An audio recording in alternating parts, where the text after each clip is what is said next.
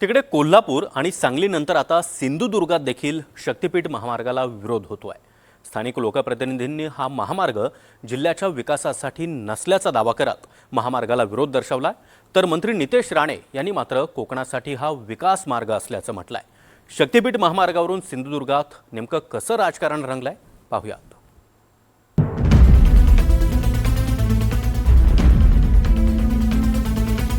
मुख्यमंत्री देवेंद्र फडणवीस यांचा dream project असलेल्या शक्तिपीठ महामार्गाला होणारा विरोध काही संपायचं नाव घेत नाही।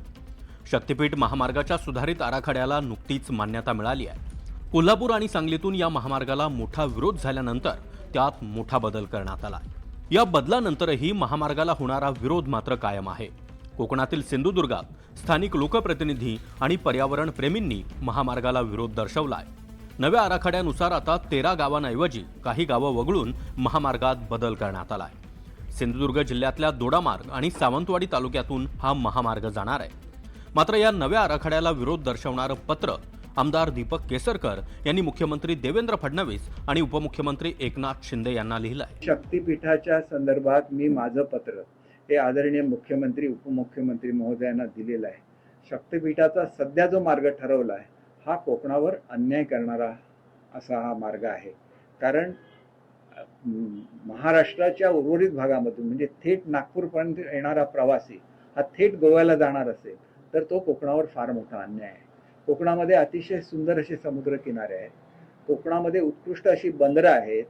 आमचा महाराष्ट्राचा माल गोव्यातल्या बंदरावरून एक्सपोर्ट का व्हावा हा मुळात माझा प्रश्न आहे।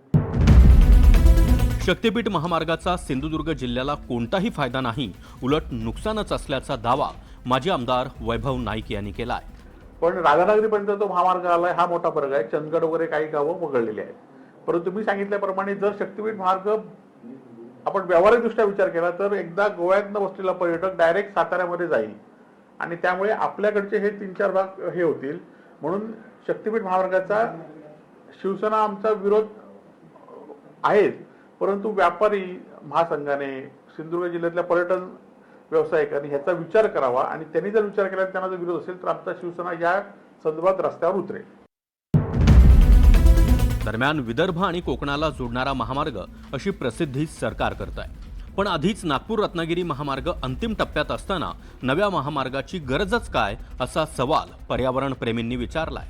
सिंधुदुर्ग जिल्ह्याबद्दल बोलायचं झालं तर आधी तो 11-12 गावातून जात होता, किंबहुना 12 गावातून जात होता आणि त्यातली 6 गावं ही इको सेन्सिटिव्ह गावं म्हणून केंद्रीय वन आणि पर्यावरण मंत्रालयाकडनं जाहीर करण्यात आलेली।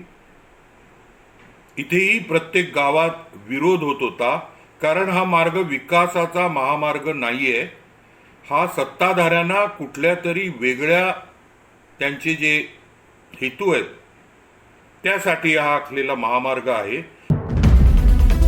पालकमंत्री नितेश राणे यांनी मात्र शक्तिपीठ महामार्ग हा कोकणाचा विकास मार्ग ठरेल असा दावा केला आहे। आदरणीय राणे साहेबांनी कलेक्टर ऑफिसमध्ये मुख्याधिकारी जिल्हाधिकारी कार्यालयामध्ये बैठक घेतली आणि मग तिथेच आमचं ठरलं की लोकांचे जे विरोध आहेत, बांदा ही आमच्या जिल्ह्यातली फार प्रमुख बाजारपेठ आहे, म्हणून अशा बाजारपेठांना किंवा अशा गावांना वगळून हा महामार्ग जो विकासाच्या दृष्टिकोनातून अतिशय महत्वाचा आहे त्याला आपण जो पहिला जो प्लॅन होता त्याचा जास्त फायदा गोवाकडे होत होता, कारण तो रस्ता निघतच होता डायरेक्ट गोव्यामध्ये।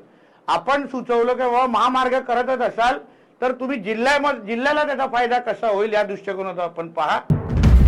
शक्तिपीठ महामार्गाच्या सुधारित आराखड्यानुसार हा महामार्ग 13 जिल्हे आणि 40 तालुक्यातून जाणार आहे। राज्यातील प्रमुख शक्तिपीठांसह 21 धार्मिक स्थळांना हा महामार्ग जोडेल।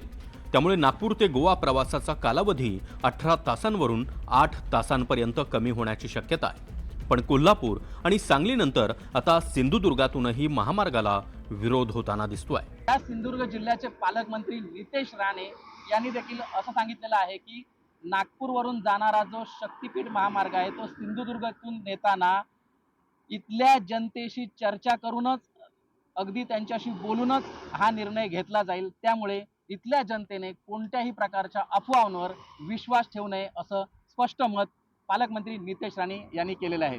त्यामुळे नागपूरवरून जाणारा हा जो सिंधुदुर्गातून जात असलेला शक्तिपीठ महामार्ग आता मात्र या राजकीय आराखड्यात कुठेतरी मात्र वादग्रस्त ठरताना दिसत आहे. कॅमेरा पर्सन अक्षय सह गुरुप्रसाद दळवी, NDTV मराठी, सिंधुदुर्ग.